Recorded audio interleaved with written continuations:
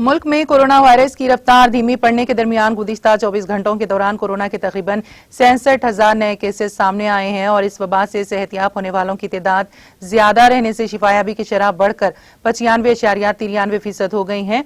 इस दरमियान बुध के रोज 34,63,961 अफराद को कोरोना के टीके लगाए गए।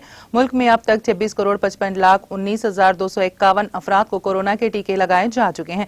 मरकजी वजारत सेहत की जानिब से जुमेरात की सुबह जारी एदादोशुमार के मुताबिक गुज़िश्ता 24 घंटों के दौरान 66,208 नए केसेस सामने आने के साथ ही मुतासिर अफराद की तादाद बढ़कर 2,97,313 हो गई हैं। इस दौरान 1,03,570 मरीज सेहतियाब भी हुए हैं, जिससे मुल्क में अब तक कोरोना से नजात पाने वालों की तादाद 2,84,91,670 हो गई है।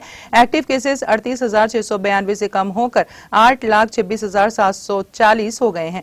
गुज़िश्ता 24 घंटों के दौरान 2,330 मरीजों की मौत होने से मरने वालों की मजमूई तादाद 3,81,903 हो गई है। मुल्क में एक्टिव केसेस की शरह कम होकर 2.78%, शिफायाबी की शरह 95.93% और शरह अमवात 1.29% हो गई हैं।